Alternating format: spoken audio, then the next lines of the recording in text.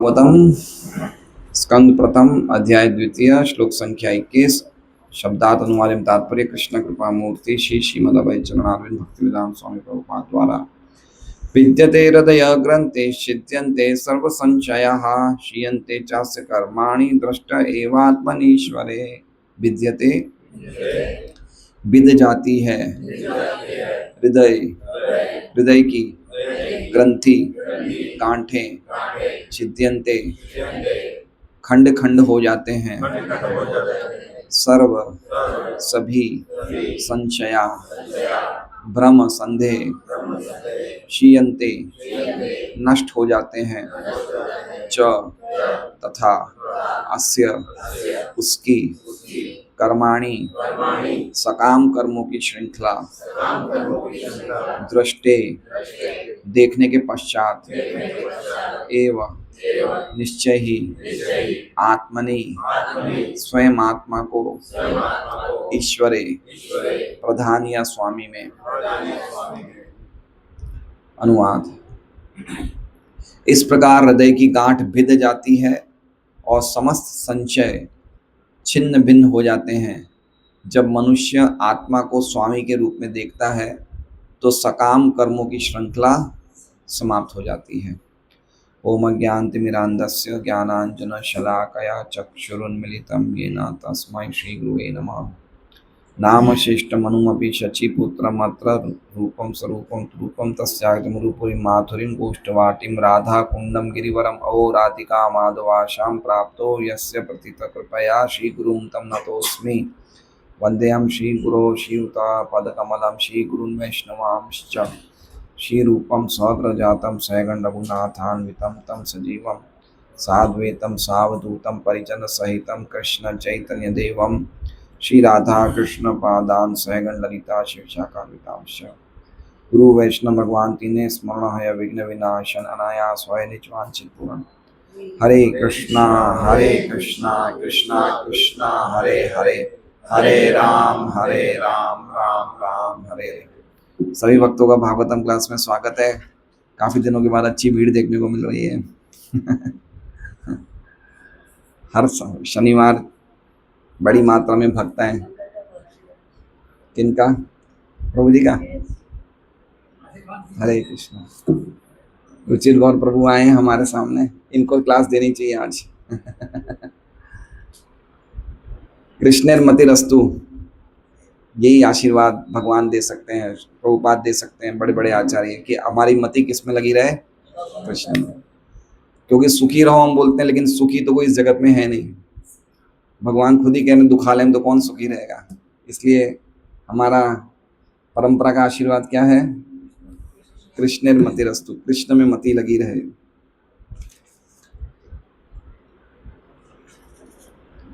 तो आज का जो श्लोक है, जो हम अभी सभी भक्ति की सभी जो हमारा प्रोसेस था उसका आज का श्लोक क्या है? कंक्लूजन। आज का श्लोक मतलब फाइनल श्लोक है आज का, कि क्या होता है भक्ति के प्रोसेस में लगने से जब हम लोग हरे कृष्णा कृष्णा कृष्णा हरे हरे हरे राम राम राम हरे हरे। तो ये खाली मैकेनिकल बोलना नहीं है, खाली एक मशीन की तरह नहीं बोलना है। हरे मतलब श्रीमती राधा रानी भगवान की आह्लादनी शक्ति। हरे कृष्णा मतलब हे श्रीमती राधा रानी, हे कृष्णा, हे हरे, हे राम, कृपा करके आप मुझे आपकी सेवा में लगाइए। ये इच्छा होनी चाहिए। आत्मा एक इच्छा ही कर सकती है, बाकी सब काम तो हो रहे हैं, है ना। हम शुद्ध इच्छा कर सकते हैं। हमारी इच्छा कैसी होनी चाहिए? शुद्ध होनी चाहिए। सबसे इम्पोर्टेंट बात है, भगवान हमारी इच्छा देखते हैं। सर्वस्य चाहम हृदि सन्निविष्टो। तो हमें जब हम महामंत्र का जप करें तो हमें हृदय से करना चाहिए। हो सकता है शुरू में हमारी भौतिक इच्छाएं भी आएंगी, लेकिन धीरे धीरे महामंत्र का जप करते करते हमारा हृदय शुद्ध होगा। और शुद्ध होते होते, जैसा हमने बताया कि कैसे भक्ति में प्रगति करते करते, पिछले श्लोक में एवं प्रसन्न मनसो भगवत भक्ति योगता, जब हम प्रसन्नता से, बिल्कुल प्रसन्न चित्त से भगवान की भक्ति करेंगे तो उससे हमें क्या होगा, भगवत तत्व विज्ञानम, भगवान के सभी सच्चाई का, भगवान के रूप गुण नाम लीला सभी का विज्ञान जो है वो हमें प्रकट होगा। और मुक्त संगत से जायते, हम प्रकृति के 3 गुणों की संगति से मुक्त होके हम प्रेम को प्राप्त करेंगे। उसके बाद क्या होता है, उसके बाद मतलब ये करने से क्या होता है, भिद्यते हृदय ग्रंथिश, हृदय ग्रंथि, ग्रंथि का मतलब क्या होता है, गांठ, और हृदय मतलब हार्ट, हृदय हमारा हृदय। तो हमारे हृदय में क्या है, गांठ है ना। गांठ हमें दिखती नहीं है, लेकिन एक गांठ नहीं है, अनेक गांठें हैं। तो भक्ति करते करते क्या हो जाती है, हृदय की गांठें कट जाती है। तो पहले तो हम समझे कि हृदय की गांठ होती क्या है। तो 5वें स्कंद में ऋषभ भगवान अपने पुत्रों को शिक्षा देते हैं, तो उसमें बताते हैं पुंस स्त्रिया मिथुनि भावमेतम तयोर मिथो हृदय ग्रंथिम आहु।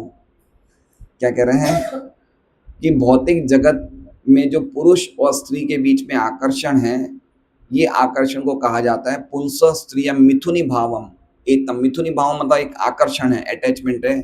तयोर मिथो हृदय ग्रंथि माहु, इन दोनों के बीच का जो अटैचमेंट है वो क्या है, हृदय ग्रंथि। क्या है वो, है ना। हृदय ग्रंथि आहु, आहु मतलब कहा जाता है। तो हृदय ग्रंथि का अर्थ क्या हो गया है, पुरुष और स्त्री के बीच का आकर्षण। ये खाली मनुष्य समाज में नहीं है, पशु समाज है, हमारे पेड़ है, वनस्पति, पूरे समाज में भौतिक जगत में ये आकर्षण जो है, ये हमारा, हम इसी जीवन में डेवलप नहीं किए हैं, ये हम लेते हुए आ रहे हैं।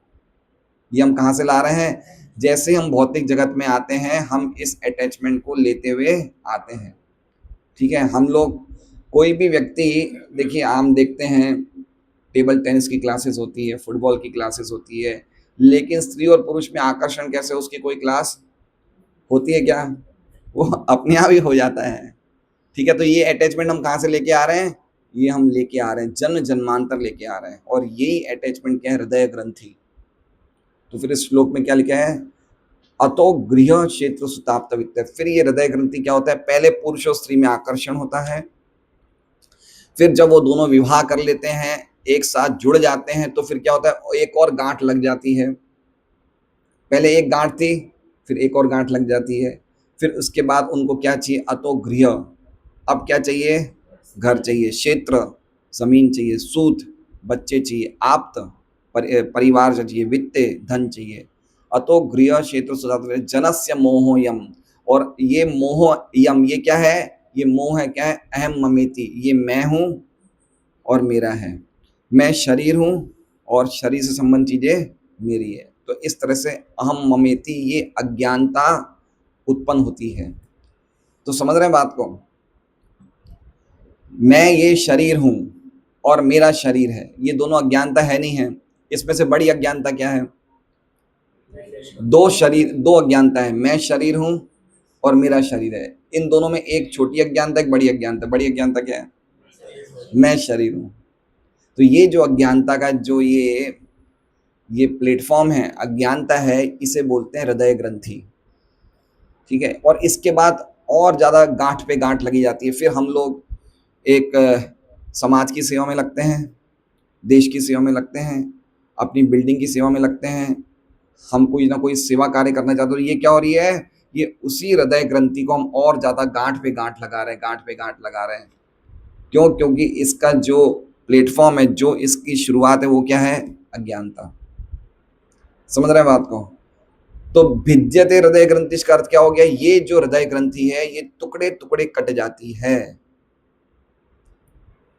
अब ये चीज, हृदय ग्रंथि काटने के लिए हमें मनुष्य जीवन मिला है, और कोई चीज के लिए मनुष्य जीवन, ये किसके लिए मिला है, हृदय ग्रंथि काटने के लिए। और ये खाली ऐसा नहीं है कि हम उम्र पार कर लेंगे, या हम वृद्ध हो जाएंगे, या हम बड़ी उम्र के हो जाएंगे तो हृदय ग्रंथि कट जाएगी, ऐसे नहीं कटेगी, ये ऐसे नहीं कटेगी। ये बहुत खतरनाक हृदय ग्रंथि है। इसलिए हमारे सनातन धर्म में 3 आश्रम में तो स्त्री पुरुष का आपस में कोई रिलेशन ही नहीं है। 3 आश्रम, सही बात है आनंद जगन्नाथ प्रभु, ब्रह्मचारी आश्रम, वानप्रस्थ आश्रम, संन्यास, 3 आश्रम में तो है ही नहीं, खाली गृहस्थ आश्रम में है। और गृहस्थ आश्रम में भी शास्त्रों के द्वारा अनुमोदित एक संबंध होना चाहिए। क्यों है? ये अल्टीमेटली इस हृदय की ग्रंथि को काटने के लिए है, ये हृदय की ग्रंथि को काटने के लिए है ना। तो एक तो हृदय ग्रंथि का अर्थ ये हो गया। दूसरा अर्थ क्या है हृदय ग्रंथि का? हृदय ग्रंथि मतलब मिथ्या अहंकार। क्या अर्थ हो गया? मिथ्या अहंकार। मिथ्या अहंकार मतलब सच्चा अहंकार भी होता है और झूठा अहंकार भी होता है। तो सच्चा अहंकार क्या है? मैं भगवान का दास हूं, मैं आत्मा हूं, ये क्या है? मैं भगवान का अंश हूं, ये सच्चा अहंकार है। और मिथ्या अहंकार क्या है? मैं शरीर हूं, ये मिथ्या अहंकार है। तो मिथ्या अहंकार का मतलब क्या होता है? वो गांठ जो हृदय में लगती है, जो आत्मा को शरीर मानने पे मजबूर करती है, उसे बोलते हैं हृदय ग्रंथि की गांठ, है ना। समझ रहे हैं? एक ऐसी गांठ है शरीर हमारे हृदय में लगी है, जिसके द्वारा मजबूरन हम अपने आप को क्या सोचते हैं? हम शरीर, यद्यपि हम शरीर नहीं है, हम क्या है? हम आत्मा है। तो इस गांठ को क्या बोलते हैं? मिथ्या अहंकार। तो इसे भी हृदय ग्रंथि बोलते हैं, ठीक है। लेकिन इसका अल्टीमेटली क्या है? इसका सबका बेस क्या है? स्त्री और पुरुष का आकर्षण। उसी से सब मिथ्या अहंकार, अज्ञान और ऐसे अनेक अनेक हृदय में गांठें लगती जाती हैं। हम आत्मा हैं, हम कोई भी प्रकार की गांठों के बंधन में नहीं है, लेकिन एक शरीर मिलता है हमें, स्थूल शरीर मिलता है, सूक्ष्म शरीर मिलता है, और इतनी सारी गांठों पे गांठें लग रही है, गांठों पे गांठें लग रही है। कितनी गांठें लगती है बताइए? होलसेल में इतनी गांठ लग गई कि वो खुल ही नहीं रहा है। अब वो हाथों से नहीं खुलेगा, उसे क्या करना पड़ेगा? काटना ही पड़ेगा। इसलिए कह रहे हैं भिद्यते, कटिंग टू पीसेस। तो कैसे कटेगी गांठ? 15वें श्लोक में लिखा हुआ है कैसे कटेगी। पढ़ेंगे 15 श्लोक अगर हमारे पास बुक है तो।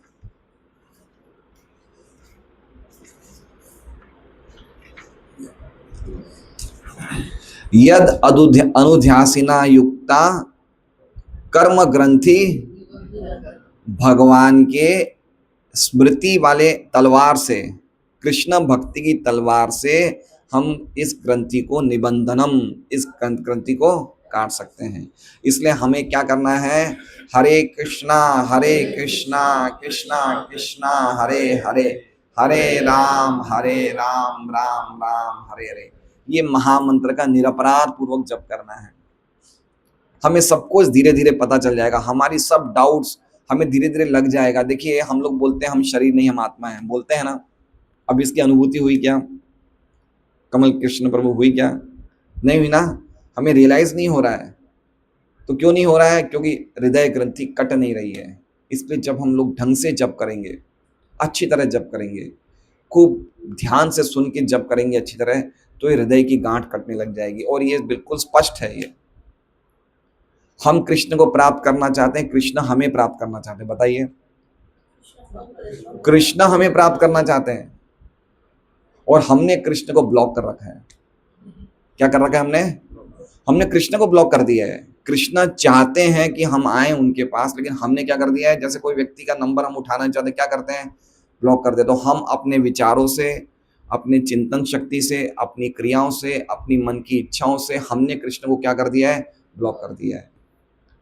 बाकी कृष्ण तो बहुत चाहते हैं कि हम आए उनके पास, लेकिन हमारी ये गड़बड़ी है। हम बोलते हैं कि माया के चक्कर में मैं नहीं कर रहा हूं। अरे भाई, दूसरा व्यक्ति तो कर रहा है, तुम क्यों नहीं कर रहे हो? माया तुम्हें ही पकड़ी है, दूसरे को नहीं पकड़ी है क्या? हम देखते हैं भक्तों के सत्संग में कुछ भक्त बहुत जल्दी प्रगति करते हैं, कुछ भक्त नहीं करते हैं। जो नहीं करते वो क्या बोलते हैं? प्रभु जी माया परेशान, तो उनको क्यों नहीं करी परेशान?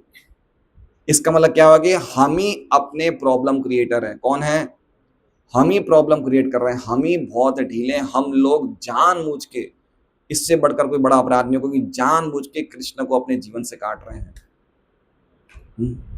इसलिए हमें फायदा नहीं हो रहा है। और इसके लिए क्या हो रहा है? क्या कह रहे हैं? छिद्यन्ते सर्व संचय। हमारे संचय खत्म नहीं हो रहे। हमारे संचय, हम अगर भक्ति ढंग से नहीं करेंगे तो संचय बने रहेंगे, है ना। संचय क्या संचय है? इसमें लिखा है छिद्यन्ते सर्व संचय। जितने भी संचय वो सब खंड खंड हो जाते हैं। तो संचय क्या है? क्या भगवान का धाम है? ये संचय है ना। हम सुनते हैं लेकिन संचय है नहीं है। क्या भगवान है? कभी कभी हमारे मन में विचार आता है कि हम भक्ति कर रहे हैं, भगवान है नहीं है। आते हैं कभी मन में विचार, ये क्या है? ये संशय है। हम शरीर हैं, आत्मा है, हम क्या हैं? हम आत्मा है या नहीं है? ये क्या है? ये संशय है। तो इसमें कह रहे हैं सर्व संशय मतलब जितने भी संशय हैं जो हमारे अज्ञानता से जनित होते हैं या हमारी क्रियाओं से जनित होते हैं, वो सभी संशय कैसे कट जाएंगे? सब खंड खंड हो जाएंगे, कोई संशय नहीं बचेगा। जैसे हम कुछ सुनते हैं, जैसे हम शास्त्रों की बात सुनते हैं, लेकिन सुनने से तो संशय रहते हैं ना, पूरी तरह से क्लियर नहीं हो जाते हैं। जैसे मान लीजिए कि मैंने सुना है कि श्यामा वल्लभी माता जी बहुत अच्छी जलेबी बनाती है ना? मैंने सुना तो है जलेबी बनाती हैं, लेकिन ये संशय कब कटेगा? जब मैं खाऊंगा तब कटेगा, तब तक नहीं कटेगा। ठीक है? तो अभी हम लोग सुन रहे हैं कि भाई हम शरीर नहीं, हम आत्मा है, एक भगवान का धाम है, ये भौतिक जगत दुखमय है, लेकिन हमें तो ऐसा कुछ भी अनुभूति नहीं हो रही, हमें तो सुखमय लग रहा है।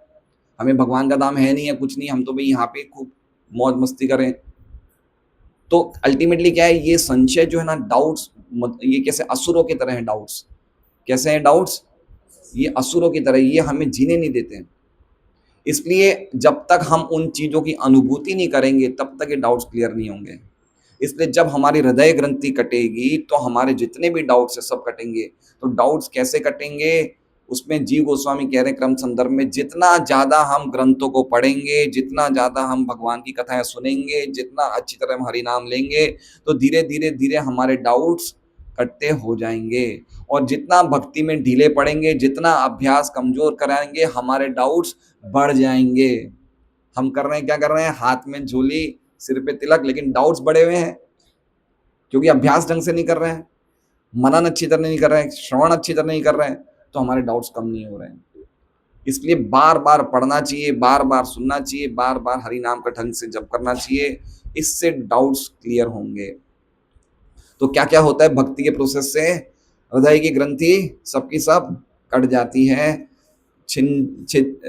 छिद्यन्ते सर्व संशय, सभी प्रकार के डाउट क्लियर हो जाते हैं। डाउट्स बहुत खतरनाक होते हैं, डाउट्स जीने नहीं देते। और संशय आत्मा विनश्यति, भगवान गीता जी में कहते हैं, ना ना ना सुखम ना, जो अज्ञा शब्द दानस्य संशय में ना सुखम ना परो न सुखम शजात्मनि, मतलब जो व्यक्ति संशय आत्मा होता है उसे कभी सुख शांति मिलती नहीं।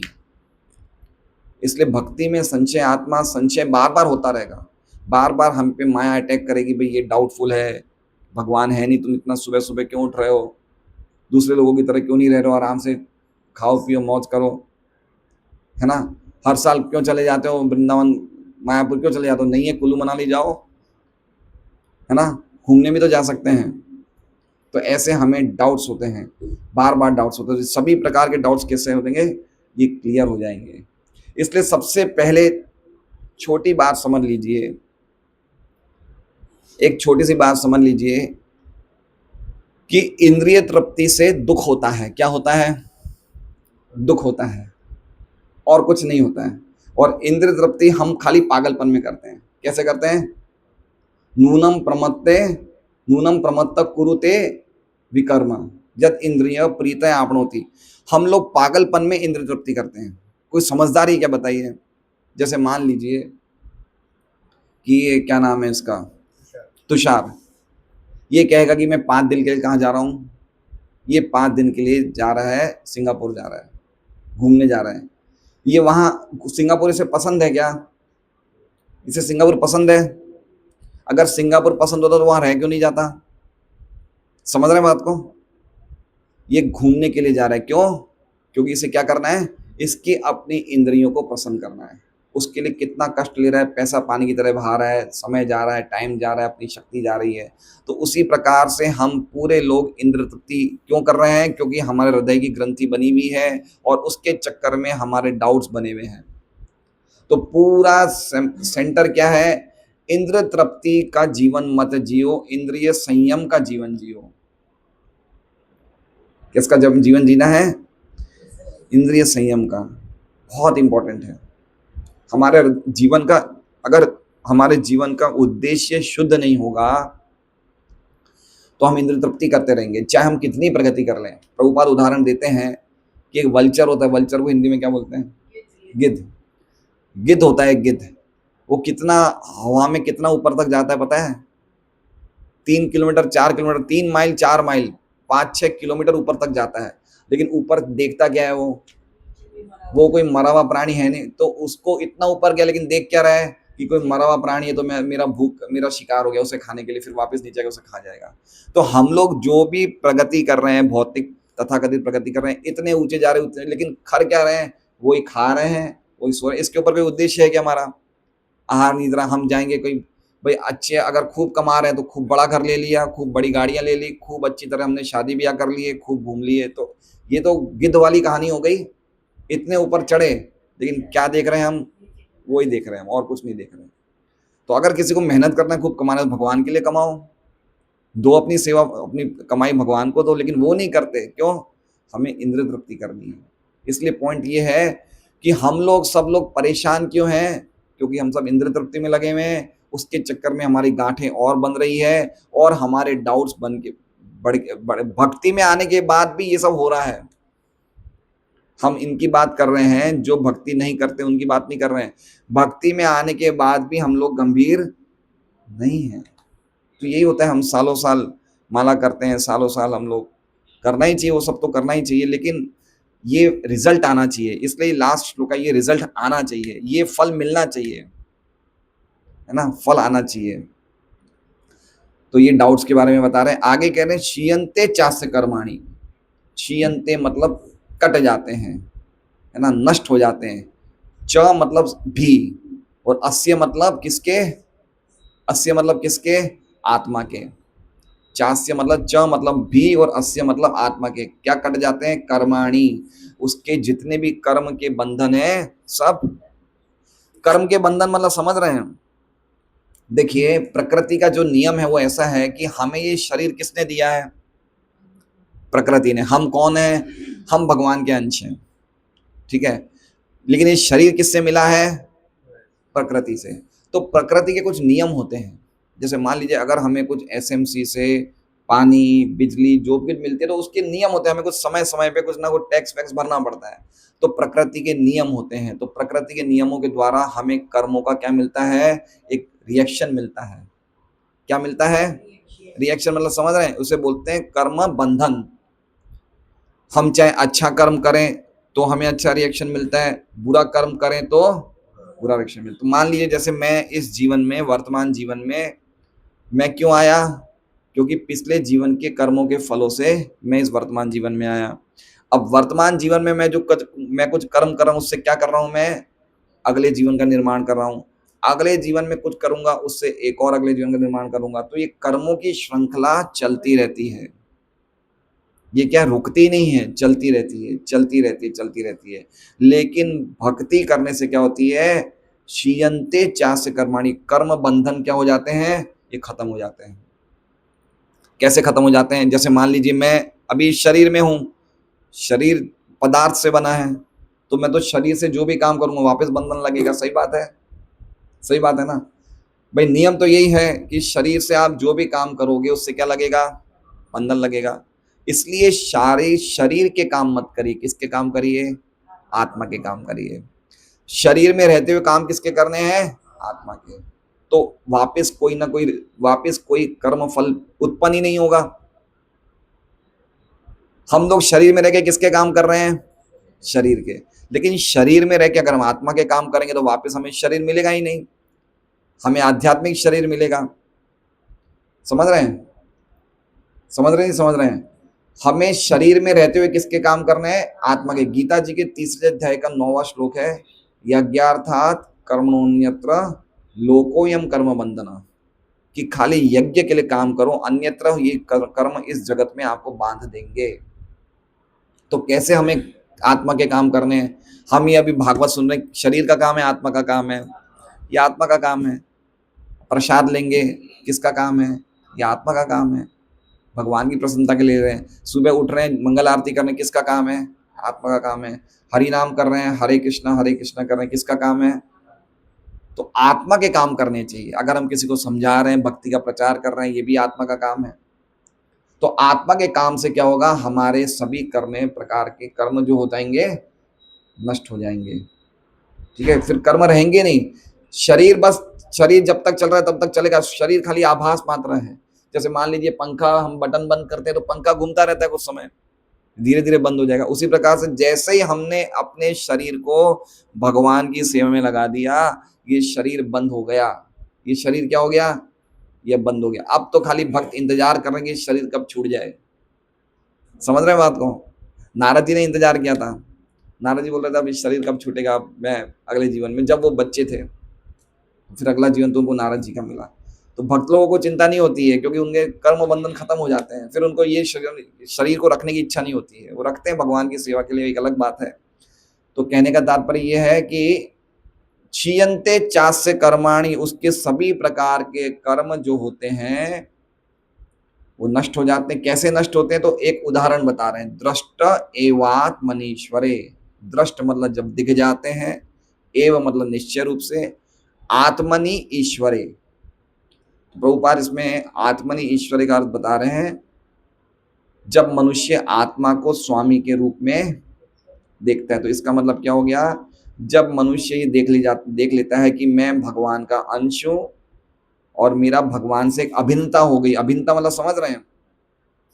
गुणों की अभिन्नता हो गई कि मैं भगवान से अभिन्न हूं, मतलब मैंने भगवान के गुण प्राप्त कर लिए हैं। लेकिन ये नहीं कि भगवान बन गए, ऐसा नहीं बोल रहे हैं। जैसे मायावादी लोग होते हैं वो इसको बोल सकते हैं कि जब वो व्यक्ति अपने आप को ईश्वर मान लेता है, एवं दृष्ट एव आत्मा ईश्वरे, जब वो आत्मा अपने आप को ईश्वर मान लेता है तो उसके सभी कर्म खत्म हो जाए। ये भी मतलब हो जाता है। लेकिन इसका मतलब क्या है? इसका मतलब ये कि जब वो अपने आप को समझ जाता है कि मैं आत्मा हूँ, मैं शरीर नहीं हूँ, मैं भगवान से गुणात्मक रूप से एक हूँ, तो उसके सकाम कर्मों की श्रृंखला खत्म हो जाती है। तो हम विश्वनाथ चक्रवर्ती ठाकुर की टीका पढ़ते हैं। हृदय की गांठ कट जाती है, लेकिन भक्ति का मुख्य उद्देश्य हृदय की गांठ काटना नहीं है। ठीक है, ये एक साइड है। जैसे मान लीजिए कि हम यहाँ भागवत कथा सुनने आए हैं, तो इसका आनुषंगिक फल क्या है? कमल कृष्ण प्रभु, भागवत कथा सुनने आए हैं तो इसका एक और फल है ना, हम प्रसाद मिल जाएगा ना अपने आप। हम प्रसाद लेने नहीं है, हम क्या सुनने आए हैं, लेकिन साथ साथ में प्रसाद भी मिल जाएगा। प्रसाद भी भक्ति का ही अंग है। लेकिन पॉइंट कहने का है कि हम अज्ञानता काटने के लिए भक्ति नहीं कर रहे हैं, लेकिन भगवान की शुद्ध भक्ति करने से अपने आप ही अज्ञानता चूर चूर हो जाती है। ये भक्ति का स्वभाव ही है, अपने आप ही चूर चूर हो जाएगी। हमें अलग से कुछ करने की जरूरत नहीं है। हमें क्या करना है? भक्ति की विधियों का पालन करना है, अज्ञानता को दूर करने का प्रयास नहीं करना है। अज्ञानता अपने आप दूर हो जाएगी, ये बता रहे हैं। आगे कह रहे हैं कि ऑल डाउट्स, जितने भी डाउट है, जितने भी संशय, जैसे कि प्राप्ति, भगवान की प्राप्ति असंभव है, वो खत्म हो जाएगी। समझ रहे हैं? जैसे कोई लोग भक्ति करते रहे, उनको क्या लगता है, भाई मुझे तो भगवत प्रेम प्राप्ति ये सब होने वाली नहीं है, उसके मन में डाउट रहता है।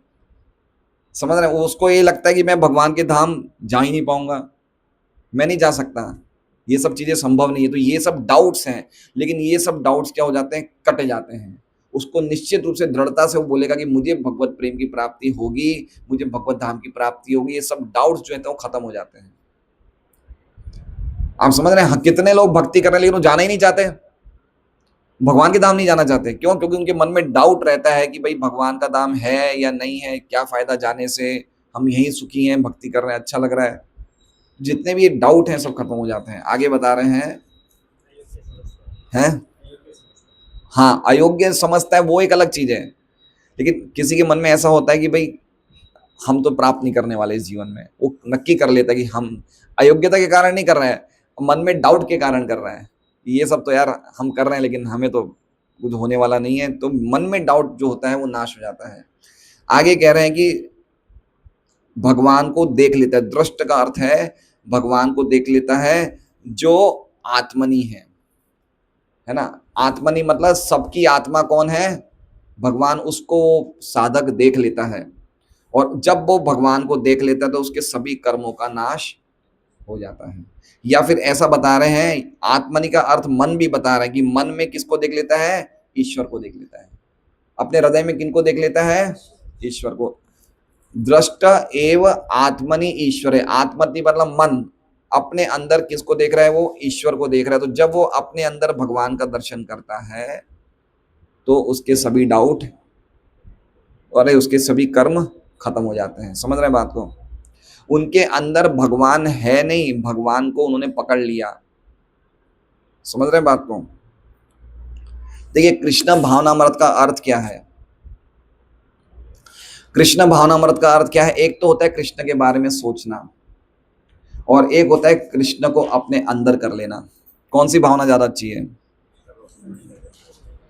कृष्ण को जैसे मान लीजिए कि बैंक में कैशियर होता है, कैशियर के पास कितना रुपया होता है? बहुत रुपया होता है, लेकिन वो उसका है क्या? उसका नहीं है, वो खाली रुपया गिन रहा है बस। उसी प्रकार से हमें कृष्ण का चिंतन ऐसे नहीं करना है, हमें कृष्ण का सोच चिंतन ऐसे करना है कि वो हमारे हो जाए। समझ रहे हैं? अंतर है। देखिए, एक एक डाकिया जो होता है, डाकिया क्या करता है, रुपए हमें देता है, कहीं से हमारा मनी ऑर्डर आता है, हमें रुपए दे देता है, रुपए उसके नहीं होते हैं। तो हम लोग को टाइम पास कृष्ण भक्ति नहीं करनी, कृष्ण को पोजेस करना है, कृष्ण को अपने हृदय में रखना है। तो उसके लिए हमें क्या करना पड़ेगा? 24 घंटे कृष्ण भावनामृत का अभ्यास करना पड़ेगा। ठीक है? शुरुआत की अवस्था में हम कृष्ण के बारे में सोचते हैं, सही बात है, लेकिन जब जब हम धीरे में प्रगति करेंगे तो हम ये सोचेंगे कि कृष्ण मेरे बारे में क्या सोच रहे हैं। जिस दिन हम इस प्रगति के लेवल पे आ जाएंगे कि कृष्ण मेरे बारे में क्या कर रहे हैं, मैं क्या कर रहा हूं, कृष्ण मेरे बारे में क्या सोचेगा अभी, तब समझना चाहिए कि कृष्ण को हमने अंदर रख लिया, हृदय में रख लिया। ऐसा नहीं कि हमने 1 मिनट चिंतन किया कृष्ण के रूप का हृदय में, ये अच्छा है, लेकिन ऐसे नहीं 24 घंटे कृष्ण को हृदय में रखे रहें, तो हमारे कर्मों की गांठ कट जाएगी, कर्मों की श्रृंखला कट जाएगी। तो ये सिस्टम है, ये सिस्टम है। इसलिए आप समझ रहे हैं कृष्ण हमसे क्या चाहते हैं, कृष्ण मेरे बारे में क्या सोच रहे हैं। हम कृष्ण के बारे में सोच रहे तो कृष्ण भी तो सोचेंगे ना मेरे बारे में। दोनों प्रेम तो आदान प्रदान बराबर ही होता है ना। इसलिए हमें शुरुआत में हम देख रहे हैं हम कृष्ण का चिंतन कर रहे हैं, लेकिन कृष्ण मेरे बारे में क्या चिंतन कर रहे हैं, वो मेरे बारे में क्या सोच रहे हैं, ये भावना से हम भक्ति करेंगे कि मैं भक्ति ढंग से करूं। हरे कृष्ण बोल रहा हूँ, साथ में टीवी देख रहा हूँ, कृष्ण मेरे बारे में अभी क्या सोच रहे हैं, कृष्ण को अच्छा लग रहा है, नहीं लग रहा है, नहीं लग रहा, तो वो मुझे काम। हम देखिए, प्रेमी और प्रेमिका, तो प्रेमी क्या देखता है कि प्रेमिका को मैं कैसे प्रसन्न करूं, प्रेमिका क्या चाहती है। समझ रहे बात को? प्रेमिका ने कहा भाई मेरे लिए लाल कलर की साड़ी लाओ, वो हरे कलर की ले आएगा, चलेगा क्या? नहीं चलेगा। तो उसी प्रकार से कृष्ण क्या चाहते हैं, कृष्ण क्या कहते हैं, सुबह जल्दी उठिए, हरि नाम करिए, मंगल आरती करिए, ये कृष्ण चाहते हैं, है ना। टीवी मत देखिए, फालतू की चीजें, पिक्चर विक्चर मत जाइए होटल, ये कृष्ण चाहते हैं। जब हम ऐसे सोचने लग जाएंगे कि हमारे आचार्य हमसे क्या चाहते हैं, हमारे गुरु हमसे क्या चाहते हैं, कृष्ण हमसे क्या चाहते हैं, तो हमारी कृष्ण भावनामृत की जो प्रगति होगी वो बड़ी पक्की होगी और बड़ी गहरी होगी। उसमें हम कृष्ण को अपने हृदय में रखेंगे। तो ये विश्वनाथ ठाकुर बता रहे हैं कि इस प्रकार से भगवान हमारे मन में रहेंगे, और या तो हम अपने सीधी आंखों से देख लेंगे। तो 2 अर्थ बताए हैं, दृष्ट एवात्मनीश्वरे, या तो हम अपने हृदय में भगवान को रखेंगे, या दृष्ट एवात्मनीश्वरे मतलब हम सामने फेस टू फेस भगवान को, जब भगवान को सामने देखेंगे तो फिर कोई डाउट रहेंगे? नहीं रहेंगे। कर्मों के बंधन रहेंगे? नहीं रहेंगे। सभी हृदय ग्रंथि कट जाएगी। यही तो हुआ ना ध्रुव महाराज के साथ। देखिए ध्रुव महाराज ने क्या चाहा था, आप भागवत पढ़ेंगे 3रे स्कंद में, ध्रुव महाराज क्या चाहते थे, क्या चाहते थे, पवन देव प्रभु क्या चाहते थे? मुझे अपने पिता से भी बड़ा राज्य चाहिए, मुझे दादा से भी बड़ा राज्य चाहिए, मुझे ब्रह्मा जी से भी बड़ा राज्य चाहिए, मेरे दादा मनु से भी बड़ा राज्य चाहिए, है ना। यही तो चाहते थे। लेकिन जैसे ही उन्होंने भगवान के दर्शन किए तो उन्होंने क्या कहा, क्या कहा उन्होंने, स्वामीन कृतार्थोस्मि वरम ना याचे। हाँ, कि मैं तो कांच के टुकड़े देखने आया था लेकिन मुझे हीरा मिल गया, अब मुझे कुछ नहीं चाहिए। ये होता है भगवान को देखने से, उन्हें सब कुछ मिल जाता है। भगवान में क्या चीज की कमी है, भगवान के चिंतन मात्र से व्यक्ति को इतना मिलता है, तो सामने जब भगवान हो जाएंगे क्या रह जाएगा फिर। तो ये बात है, जब भगवान सामने दिख जाए तो फिर उसके सभी प्रकार के डाउट, सभी प्रकार के कर्म, सभी प्रकार की हृदय ग्रंथि कट जाती है। आगे हम प्रभुपाद जी का तात्पर्य पढ़ते हैं। तात्पर्य, श्री भगवान का वैज्ञानिक ज्ञान प्राप्त करने का अर्थ है उसके साथ ही साथ अपने आप को भी देखना। जहां तक आत्मा रूप में जीव की पहचान की बात है, उसके संबंध में अनेक कल्पनाएं एवं भ्रांतियां है। भौतिकतावादी मनुष्य तो आत्मा के अस्तित्व को नहीं मानते। किस पे बोल रहे हैं? ये सब सर्व संशय पे बोल रहे हैं। ये है ना सर्व संशय। तो संशय क्या होता है वो सब बता रहे हैं। भौतिकतावादी मनुष्य तो आत्मा के अस्तित्व को ही नहीं मानते और अनुभव मूलक दार्शनिक आत्मा के अलग अस्तित्व को नकारते हुए परमात्मा के निर्विशेष पक्ष को मानते हैं। समझ रहे हैं? दो चीज बताइए। जो भौतिकतावादी तो बोलते हैं आत्मा वात्मा क्या है भाई, तुम खाओ पियो मौज करो, सब खत्म हो गया, शरीर हो भाई, तुम खाओ पियो। उनको आत्मा में विश्वास नहीं है।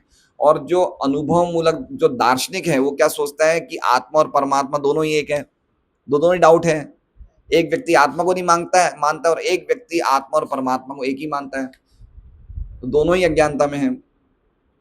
किंतु आध्यात्मवादी इन बात की पुष्टि करते हैं कि आत्मा तथा परमात्मा दो विभिन्न सत्ताएं हैं, दोनों अलग अलग हैं, एक नहीं है, दो हैं, जो गुणवत्ता में एक समान है किंतु परिमाण में भिन्न भिन्न है। गुणवत्ता मतलब क्वालिटी में। जैसे मान लीजिए कि अगर मुझे अभी शिकंजी पीनी है और उर्मिला माता जी ने मुझे एक बूंद शिकंजी दे दी, बोल लो पी लो, तो एक बूंद शिकंजी में भी पूरे ग्लास शिकंजी का स्वाद है, लेकिन एक बूंद से तो मेरी प्यास नहीं बुझने वाली है। तो उसी प्रकार से आत्मा में भगवान के सभी गुण हैं। आत्मा में भगवान जैसे सच्चिदानंद, तो आत्मा भी सच्चिदानंद है, लेकिन आत्मा छोटी है और भगवान बड़े। अणु और विभु ये अंतर रहेगा, परिमाण में अंतर रहेगा, गुणों में एक है। उसी प्रकार से हम लोग हमेशा भगवान से अलग रहेंगे। बहुत से अन्य सिद्धांत भी हैं, किंतु जब भक्ति योग की विधि से श्री कृष्ण को यथार्थ साक्षात्कार हो जाता है तो ये भिन्न भिन्न कल्पनाएं किसके बारे में बोल रहे हैं? ये सर्व संशया, सभी डाउट्स खत्म हो जाते हैं। कितने डाउट हैं देखिए, कितने सारे मत हैं। वो क्या कहते हैं, क्या नाम है इनका, ये ब्रह्म प्रजापिता ब्रह्म कुमार, इनका अलग मत है, इनका अलग मत है। इनका मत ये कि एक बार मनुष्य जीवन प्राप्त होने के बाद आप अगली बार में कभी कुत्ते बिल्ली बनोगे नहीं, मनुष्य बने रहोगे। इनके अलग मत है। दादा भगवान का अलग मत है, निराशा राम का अलग मत है। वो जेल में भी अपने अपने मतों का निर्माण कर रहे हैं। समझ रहे हैं? कितने मत, कितनी सारी शाखाएं अलग अलग, लेकिन सभी मत क्या हो जाता है, जो भक्ति करेगा उसके मन में जितने भी डाउट्स हैं, उल्टे सीधे जितने भी संशय, सब नष्ट हो जाते हैं। कैसे नष्ट होते हैं तो बता रहे हैं। भगवान श्री कृष्ण सूर्य के समान और परम सत्य विषयक भौतिकतावादी तर्क वितर्क घनतम अर्धरात्रि के समान है। ज्यों ही हृदय में श्री कृष्ण रूपी सूर्य उदित होता है, त्यों ही परम सत्य तथा जीवात्मा संबंधी भौतिक कल्पनाओं का अंधकार दूर हो जाता है। सूर्य की उपस्थिति में अंधकार नहीं रह सकता और अज्ञान के अंधकार में छिपा सापेक्ष सत्य परमात्मा रूप में सबके हृदय में वास करने वाले भगवान श्री कृष्ण की कृपा से स्पष्ट रूप से प्रकट हो जाता है। मतलब पॉइंट, सूर्य का उदाहरण क्यों कहा गया है? कृष्ण सूर्य सम, माया है अंधकार, जहान कृष्ण तहा नहीं मायार। देखिए, अगर हम अंधेरे में रहते हैं, रात का टाइम है, अमावस का दिन है, तो हम क्या क्या चीजें नहीं देख सकते हैं? क्या क्या चीजें नहीं देख सकते हैं? कुछ भी नहीं देख पाएंगे। यद्यपि हमारे कमरे में और भी फैमिली मेंबर होंगे, लेकिन हम ना उनको देख सकते हैं, ना अपने आप को देख सकते हैं, ना कुछ घर में क्या हो रहा है नहीं देख सकते, ठीक है। लेकिन अगर एक सूर्य की किरण आ जाए सुबह सुबह, तो क्या क्या देखेंगे? सूर्य को देखेंगे, हम अपने आप को देखेंगे और सब लोगों को देखेंगे। तो कृष्ण जैसे ही हृदय में उदित हो जाते हैं सूर्य की तरह, तो हम किस किस को देखेंगे? कृष्ण को देखेंगे, कृष्ण एक अलग सत्ता है। हम अपने आप को देखेंगे, मैं एक अलग सत्ता है, और ये भौतिक जगत को भी देख लेंगे। कितने डाउट्स क्लियर हो जाएंगे। अभी हम लोग किसमें? हम अंधकार के अज्ञान में हैं। हम सब कुछ अंधेरा ही अंधेरा दिख रहा है। लेकिन कृष्णा रूपी सूर्य जब उदित हो जाता है तो हमारी पूरी की पूरी आंखें खुल जाती है, सब डाउट्स क्लियर हो जाते हैं। बहुत अच्छा तात्पर्य है। श्रीमद् भगवद गीता 10.11 में भगवान कहते हैं कि अपने शुद्ध भक्तों पर विशेष अनुग्रह करने हेतु वे स्वयं अपने भक्त के हृदय में शुद्ध ज्ञान का प्रकाश उत्पन्न करके समस्त संशयों के गहन अंधकार को दूर कर देते हैं। एवं एवानुकंपार्थम तेषाम एवानुकंपार्थम अहम अज्ञान जम तमः। है ना, उन पे कृपा करके उनके हृदय की अज्ञानता को मैं दूर करता हूँ, कृष्ण बोलते हैं। कृष्ण खाली एक चीज चाहते हैं। क्या चाहते हैं कीर्ति? क्या चाहते हैं कृष्ण? कृष्ण का ही चाहे हैं, हम उनको कभी भूले नहीं, बस यही चाहते हैं। कृष्ण की यही डिमांड है। क्या डिमांड है? मन मना, बस और कुछ नहीं चाहते कृष्ण हमसे। बाकी सब चीजें कृष्ण कर रहे हैं। हम क्या बोल रहे हैं, क्या देख रहे हैं, ये सब शारीरिक क्रियाएं सब भगवान की शक्तियां कर रही है। हमें क्या करना है? जैसा मैंने शुरू में बताया कि भक्ति के द्वारा अपनी इच्छाओं को शुद्ध करना है कि मैं कृष्ण का हूं, कृष्ण मेरे हैं, मुझे कृष्ण की प्राप्ति करनी है, मैं कृष्ण का हूं, कृष्ण मेरे हैं। ये इच्छा कैसी इच्छा है? ये इच्छा सरल इच्छा है। ये इच्छा लोगों के करोड़ों करोड़ों जन्मों तक इच्छा नहीं आती, लेकिन हमें हमारे आचार्य की कृपा से इच्छा शुद्ध करने का अभी अवसर मिला है। अभी हम सब बोल सकते हैं ना, देखिए कृष्ण खड़े हैं ना वहां पे, क्या हम बोले कृष्ण को, हे कृष्ण मैं आज से आपका हूं, बोल सकते हैं ना? तो बोलिए, कितना अच्छा है। देखिए हमने शुद्ध इच्छा करी। ये इच्छा करना ही आत्मा का काम है, बाकी सब तो हो रहा है। तो हम शुद्ध इच्छा कर रहे हैं ना, ये कृष्ण सुनेंगे इच्छा। हे कृष्ण मैं आज से आपका हूं, मुझे आपकी सेवा में लगाइए। यही तो अल्टीमेटली चाहते हैं भगवान, और क्या चाहते हैं?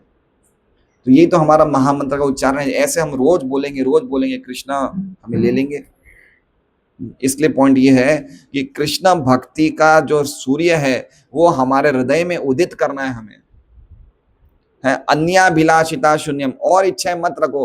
हे कृष्ण मैं आपका हूं, लेकिन मेरे बच्चे को तो पास कर दो। यहां गड़बड़ हो जाती है ना। एक काम धंधा सही हो जाए, नुकसान लग रहा है, ये चीजें मत, ये गड़बड़ हो जाती है।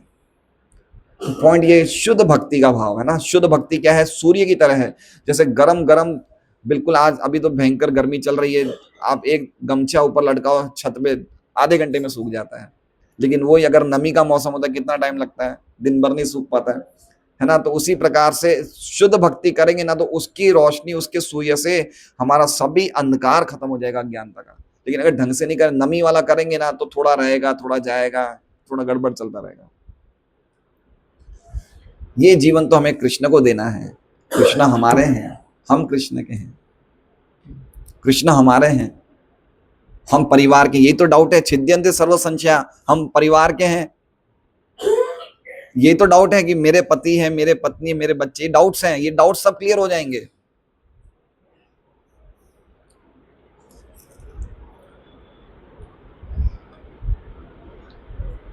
अतएव श्री भगवान द्वारा भक्त के हृदय को प्रकाशित करने का दायित्व अपने ऊपर लेने के कारण जो भक्त उनकी दिव्य प्रेमा भक्ति में लगा रहता होता है, वो अंधकार में, मतलब भगवान ये दायित्व खुद ले रहे हैं। ये अंधकार हटाने का दायित्व कौन ले रहे हैं? कृष्ण खुद ले रहे हैं कि इस भक्त के हृदय से मुझे अब अंधकार को हटाना है। कितनी बड़ी बात है, देखिए कितना सुंदर तात्पर्य लिखे हैं। बस हमारा काम क्या है? हमें अपनी इच्छाओं को शुद्ध रखना है, बाकी काम कृष्ण करेंगे। उसे परम एवं सापेक्ष सत्य के विषय में सब कुछ ज्ञात होता रहता है। भक्त कभी भी अंधकार में नहीं रह सकता, और चूंकि श्री भगवान द्वारा उसे प्रकाश प्राप्त होता है, अतः उसका ज्ञान निश्चय पूर्ण होता है। किंतु जो मनुष्य अपनी स्वयं की सीमित शक्ति से चिंतन करते हैं, उनके साथ ऐसा नहीं होता है। पूर्ण ज्ञान परंपरा या निगमनीय तर्क पूर्ण ज्ञान कहलाता है। ये एक गुरु से सेवा तथा समर्पण द्वारा प्रामाणिक विनीत श्रोता तक पहुंचता है। ऐसा नहीं है कि कोई परमेश्वर, हाँ ये बता रहे हैं कि ज्ञान प्राप्त करने का क्या सिस्टम है, ये कैसे प्राप्त होता है? परंपरा से, है ना। ये सिस्टम हमें समझना पड़ेगा। परंपरा का अर्थ क्या होता है? परम मतलब दिव्य, परम का मतलब क्या होता है? दिव्य चीज, और परा मतलब श्रृंखला। तो एक परंपरा से, एक प्रामाणिक गुरु शिष्य परंपरा से हम जुड़ जाते हैं, तो हम एक प्रॉपर प्रोसेस में आ जाते हैं जहां पे हमें शुद्ध ज्ञान प्रवाहित होता है। तो अगर हम भक्ति कर रहे हैं, लेकिन अगर हम एक परंपरा में नहीं जुड़ रहे, प्रामाणिक परंपरा में नहीं जुड़ रहे, तो हमें ये ज्ञान प्राप्त नहीं हो सकता है। ये ज्ञान, हमारा भगवान से क्या संबंध है, ये ज्ञान एक प्रामाणिक गुरु शिष्य परंपरा में जुड़ने से प्राप्त होता है, अन्यथा नहीं हो सकता है। भक्ति करेंगे, लेकिन भक्ति करने से मुक्त हो सकते हैं, हम मुक्त हो जाएंगे, लेकिन भगवान के साथ जो अपना संबंध है ना, वो तो ये परंपरा में आने के बाद ही हमारा जागृत होगा। वो संबंध जब जुड़ेगा तभी जुड़ेगा। इसलिए बहुत इंपॉर्टेंट है कि इस सिस्टम को हम समझें क्या हमें हमें गुरु गुरु क्या कहते हैं? हमें, अगर हम गुरु को धारण करते हैं तो गुरु क्या चाहते हैं हमसे? क्या चाहते हैं? आप माला करो, जप करो, 4 नियमों का पालन करो, है ना? यही तो चाहते हैं हमसे। तो हमें गुरु करने में क्या दिक्कत है बताइए? है ना? अगर हम शास्त्र की बात माने तो कहा गया है कि जो मनुष्य जीवन प्राप्त करने के बाद भी प्रामाणिक गुरु को स्वीकार नहीं करता, वो पशु के समान है। वो कौन है? पशु के समान है वो, है ना? तस्मात् गुरुम प्रपद्येत। देखिए, भगवान खुद गुरु को स्वीकार करते हैं। भगवान राम, भगवान कृष्ण, चैतन्य महाप्रभु स्वयं आते हैं। तो हमें एक आदर्श रखते हैं कि हर एक व्यक्ति के जीवन में एक प्रामाणिक गुरु होना चाहिए। हम बच्चों को पढ़ाते हैं, कोचिंग क्लासेस नहीं भेजते क्या? भेजते हैं ना। हर एक चीज के लिए तो आजकल गुरु हम भेज रहे हैं। तो क्या हमें आध्यात्मिक जीवन जो इतना जटिल है, जिसमें इतनी सारी संशय है, तो उसके लिए हमें नहीं भेजना चाहिए गुरु के पास? हमारा सिस्टम क्या था पहले? था ही ना, गुरुकुल जाते थे बच्चे, शिष्य गुरु के पास जाते थे। तो ये तो सिस्टम है हमारा। लेकिन हमें लगता है कि भगवान की हम सीधी भक्ति कर लेंगे, गुरु की कोई आवश्यकता नहीं है।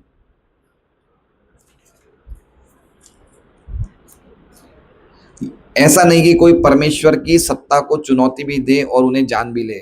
उन्हें अधिकार है कि वे चुनौती देने वाले जीव के समक्ष अपने आप को प्रकट न करें, जो परम पूर्ण का शुद्ध स्फुलिंग मात्र है, और ऐसा स्फुलिंग जो माया के अधीन है। स्फुलिंग मतलब छोटा सा कण, जो हम लोग आत्मा है। आत्मा का साइज कितना है पता है? ज्योति, आत्मा का साइज क्या है? हाँ, ये है बाल के अग्र भाग का 10,000वां हिस्सा। इतना छोटा है। एक बाल के टिप को 100 टुकड़े करो, उसको वापस 100 टुकड़े कर दो, तो ये आत्मा का बिल्कुल स्फुलिंग है। ये जैसे चिंगारियां होती है ना, चिंगारियां अग्नि की, वैसे है ये।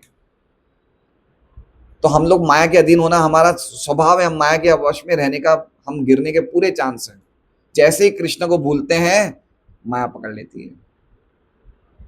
है ना? नजर चुकी, घटना हुई, क्या बोलते हैं? कृष्ण को भूलने से ही माया पकड़ लेती है। कृष्ण भूली से ही जीव अनादि माया, अनादि संसार दुख, अतः माया तार दे संसार दुख। मतलब कृष्ण भूलते ही माया हमें पकड़ लेती है। इसलिए हमें प्रयास करना चाहिए, ये अभ्यास ही तो करना है हमें। कृष्ण को अपने हृदय में बनाए रखने का अभ्यास करना है, बस यही मनुष्य जीवन इसके लिए मिला है। भक्तगण विनीत होते हैं, अतः ये दिव्य ज्ञान श्री भगवान से ब्रह्मा से उनके पुत्र तथा शिष्यों को क्रमानुसार प्राप्त होता है। इस विधि में ऐसे भक्तों के अंतकरण में स्थित परमात्मा द्वारा सहायता मिलती है। दिव्य ज्ञान को सीखने की यही उचित विधि है। इस अनुभूति के द्वारा भक्त आत्मा तथा पदार्थ के अंतर को सही सही समझ पाता है। ये किसके बोल रहे हैं? विद्यते हृदय ग्रंथिश पे बोल रहे हैं। क्योंकि आत्मा तथा पदार्थ की गांठ भगवान द्वारा खोली जाती है। कौन खोलेगा गांठ? विद्यते हृदय। ये गांठ कौन खोलेगा? हम नहीं खोल सकते। हम पहले क्या है, वो मेला होता था, मेला में वो क्या होता था, वो फेरीज, वो होता था ना ऊपर नीचे, फेरी गो राउंड क्या बोलते थे उसे, मैरी गो राउंड। तो उसमें क्या होता है कि कभी कभी वो तेज चलाते हैं तो क्या होता है, उल्टी आती है, जी घबराता है, चक्कर आते हैं। तो मान लीजिए सभी लोग उस चक्र में घूम रहे हैं, तो चक्र को बंद कौन करेगा? हम खुद कर सकते हैं बंद? हम जो खुद ही घूम रहे हैं वो बंद कर सकते हैं चक्र को? हम जब पूरा रिक्वेस्ट करेंगे उसको चलाने वाले मशीन को कि भाई तू बंद कर दे, नहीं तो हम बच ही नहीं पाएंगे, तो वो हमारी पुकार सुन के क्या करता है उसको? तो उसी प्रकार से जब हम हृदय से हरे कृष्णा कृष्णा कृष्णा हरे हरे, हरे राम राम राम हरे, तो भगवान ये गांठ अपने आप खोल देंगे। भगवान खोलेंगे, गांठ बांधी भी भगवान ने और खोलने वाले भी वही है ना? बहुत सुंदर तात्पर्य है। ये ग्रंथि अहंकार कहलाती है, जिससे जीव झूठे ही अपने आप को भौतिक पदार्थ झूठा ही मान रहा है। वो अपने आप को वो झूठा मान रहा है, वो है नहीं लेकिन मान रहा है। समझ रहे हैं बात को? देखिए बेटा, तुम्हारा क्या नाम है? माधव ने टी शर्ट बहुत अच्छी पहनी है। कौन से कलर की टी शर्ट है माधव? ग्रीन कलर की। अब माधव दिन भर क्या करता है? मेरी टी शर्ट को क्या अच्छा लगता है, मेरी टी शर्ट कैसे खुश होगी, मेरी टी शर्ट को कैसे मैं प्रसन्न रखूं। तो ये माधव झूठा ही ऐसा कर रहा है ना, झूठा ही तो कर रहा है ये। अभी हम क्या कर रहे हैं? मेरे शरीर को क्या पसंद है। सुबह से लेकर शाम तक हम क्या कर रहे हैं, ये शरीर टी शर्ट ही तो है, क्या है ना। हम झूठा ही तो कर रहे हैं शरीर के लिए, इतना कर रहे हैं, बताइए सही बात है। तो क्या कह रहे हैं, जीवात्मा झूठे ही अपने आप को भौतिक, वो है ही नहीं, जबरदस्ती मान रहा है, बताइए। लेकिन जब उसको ज्ञान हो जाएगा तो खाली टी शर्ट को क्या करेगा, भाई गंदी हो गई धो लो बस। उसी प्रकार से जब उसको ज्ञान हो तो वो खाली शरीर को टिकाए रखने के लिए मेंटेन करेगा बस, उसका ध्यान पोषण नहीं करेगा जैसा अभी हम कर रहे हैं। चलो टाइम हो गया समर वेकेशन में, चलो बाहर घूमने ले जाओ मेरे शरीर को, समझ रहे बात को, चलो आज इसको होटल ले जाते हैं, आज इसको पिक्चर ले जाते हैं। तो हम झूठे ही ये सब कर रहे हैं। अब हमें अब ज्ञान हो गया, अब हमें हृदय ग्रंथि कट गई, तो हमें क्या करना है भाई, ठीक है टाइम पे उसे खिला दो, टाइम पे उसे मेंटेन रखो, टाइम पे उसे भाई सुला दो बस। ये अंतर हो जाता है। ये अंतर अभी हमारे में आना बाकी है, इसलिए हम दिन से सुबह से लेकर रात तक शरीर का पोषण कर रहे हैं। चलो 1 घंटा पेपर पढ़ाओ शरीर को, है ना, कितने लोग पढ़ते हैं। चलो 2 घंटा व्हाट्सएप देख लो, मोबाइल देख लो। तो हम शरीर का झूठे ही शरीर, अपने आप को शरीर मान रहे हैं। अतएव ज्यों ही ये ग्रंथि ढीली पड़ती है, संशय के संपूर्ण बादल तुरंत छंट जाते हैं। मनुष्य अपनी स्वामी का दर्शन करने मनुष्य अपने स्वामी का दर्शन करने लगता है। मनुष्य अपने स्वामी का दर्शन करने लगता है, मतलब भगवान का दर्शन करने लगता है, और सकाम कर्मों के बंधन को काटकर वो श्री भगवान की दिव्य प्रेमा भक्ति में लग जाता है। अब उसकी भक्ति शुरू हुई है। अब उसकी भक्ति, देखिए भक्ति कोई इजी नहीं है। भक्ति कब शुरू होती है, जब हम सभी कर्मों के बंधन से कट जाए तब भक्ति शुरू होती है। तो क्या अभी हम भक्ति करें, वो नहीं करें, नहीं करना है, उसी से ही कट जाएगा। वो करते करते अपने आप ही छूट जाएगा सब। भौतिक जगत में जीव स्वयं सकाम कर्म की श्रृंखला की सृष्टि मतलब सीरीज, है ना, श्रृंखला हमने सीरीज बना दी है, एक के बाद एक, एक के बाद एक। जैसे हमने कुछ श्लोकों पहले बताया, कर्म की गांठ लेके घूम रहे हैं हम, बड़ी कर्म की पोटली लेके घूम रहे हैं हम लोग सब, एक के बाद एक नए नए कर्म बनाते जा रहे हैं, और जन्म जन्मांतर तक इन कर्मों के अच्छे तथा बुरे फलों को भोगता रहता है। जन्म जन्मांतर, है ना, कर्माणि निर्दहति किंतु च भक्ति भाजाम गोविंदम आदि। लेकिन कर्म के सभी बंधन किससे ज्यादा कट जाएंगे, भगवान की गोविंद की भक्ति करने से सभी बंधन कर्म के कट जाएंगे। हमें कर्म बंधन नहीं लगेगा। जो भी भक्त अगर ढंग से भक्ति कर रहे हैं, भगवान की शरणागति लेगा, तो उनको कोई कर्म बंधन नहीं लग रहा है। जैसे माधवेंद्रपुरी थे, माधवेंद्रपुरी बहुत बड़े आचार्य थे। अंतिम समय में वो मलमूत्र पलंग पे त्यागते थे, अंतिम समय में बिल्कुल मृत्यु के पहले। तो क्या अपने कर्मों का फल भोग रहे हैं, नहीं, कर्मों का फल नहीं भोग रहे, वो किसका, वो भगवान की इच्छा है ना, समझ लीजिए। जैसे हम देखते हैं कि कोई लोग बहुत महान भक्त होते हैं, उनके जीवन में काफी कष्ट आते हैं, तो ये कष्ट कर्मों का फल नहीं है, ये भगवान की विशेष योजना है, समझ रहे हैं। तो उसी तरह से भक्तों के जीवन में अगर कोई दुख आते हैं तो कर्म फल के कारण नहीं आ रहे हैं, लेकिन भगवान चाहते हैं, वो भगवान की इच्छा है, जिससे कि उसकी भक्ति और ज्यादा बढ़ जाए। कर्मों की श्रृंखला तो खत्म हो गई, हरे कृष्णा आप शुद्ध से बोल रहे, बस सब कर्म खत्म, कोई कर्म नहीं छू सकता है। हम जैसे ही भगवान की शरण, दीक्षा काले भक्त करे आत्मसमर्पण, सही काले कृष्ण करे तारे आत्मसम। कृष्ण जब भी समझ लेते ये मेरा दास हो गया, फिर कौन से कर्म लगेंगे उसे, कुछ नहीं लगेगा।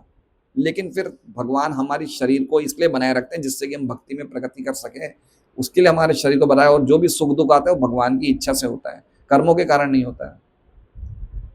किंतु ज्यों ही वो श्री भगवान की प्रेम में सेवा में लग जाता है, त्यों ही वो कर्म बंधन से मुक्त हो जाता है। फिर उसके कर्मों से कोई प्रतिक्रिया उत्पन्न, मतलब उसके कर्म जो हो रहे हैं वो एक्शन फ्री हो रहे हैं, रिएक्शन फ्री, है ना, उसमें कोई रिएक्शन नहीं होता ऐसे कर्मों में। तो बहुत ही सुंदर श्लोक है ये। श्लोक बहुत जगह प्रभुपाद बोलते भी हैं। तो हरे कृष्णा, श्रीमद् भागवतम की जय।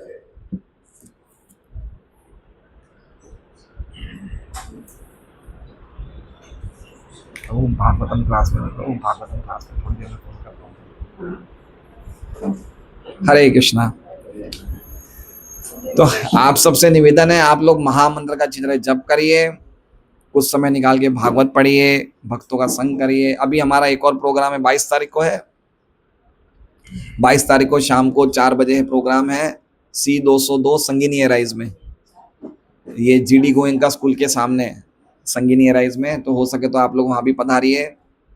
हरे कृष्णा। बार बार देखिए, ये सब बातें कब समझ में आती है, जब हम भक्तों के संग में बैठते हैं ना, तब हमें अच्छी समझ में आती है। ऐसे हम बुक रीडिंग तो करते तो समझ में आती ही है, लेकिन भक्तों के संग में बैठ के और ज्यादा हमारा हृदय समझ में आता है। ऐसे पढ़ने से आता है लेकिन कम आता है, लेकिन अब हाँ हाँ सही बात है। हम अभी भी जैसे अपने कंफर्ट जोन में रह के भक्ति कर रहे हैं। जैसे आज एक विचार आया, आपकी पिछली बार तक आए थे आप क्लास में, बड़ी गर्मी में मैं घर से निकली तो मैंने कहा प्रभु जी को बोलूंगी, प्रभु जी आज एसी चला दीजिए, क्योंकि गर्मी लगती तो हमारा ध्यान इधर पर आई, तो देखा तो एसी चालू ही थी। तो मेरे को लगा मेरी भावना इनका पहले ही पहुंच गई कि आज तो एसी चालू करना है।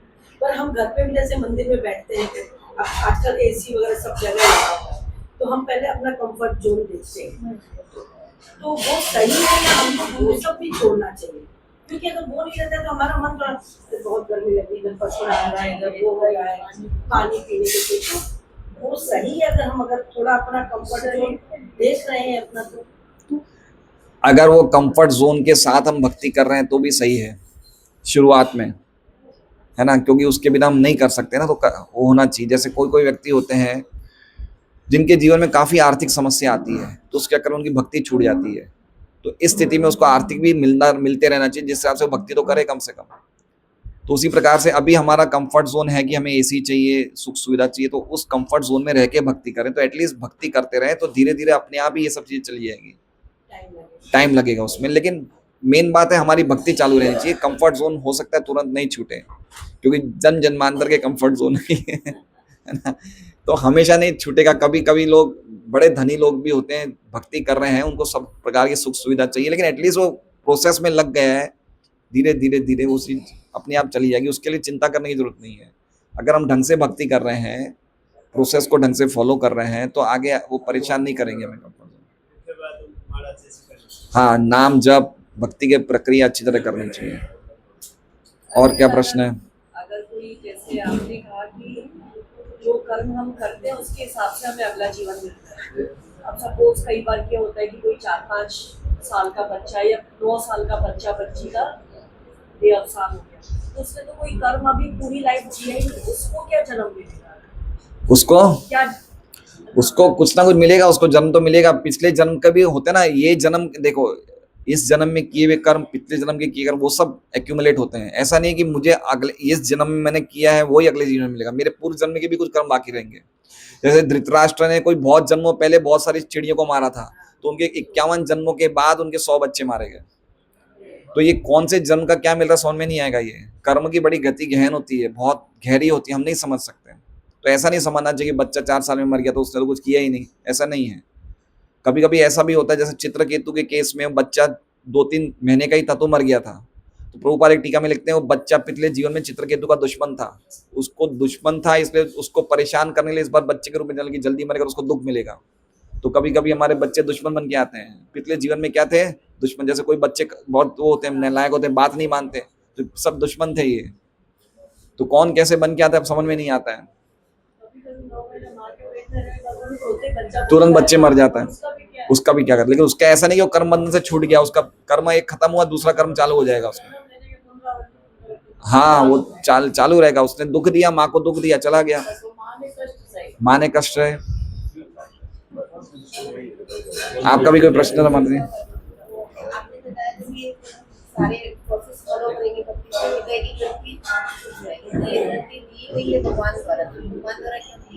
भगवान द्वारा माता जी इसलिए दी गई क्योंकि अल्टीमेटली हमने अपनी स्वतंत्रता का दुरुपयोग किया।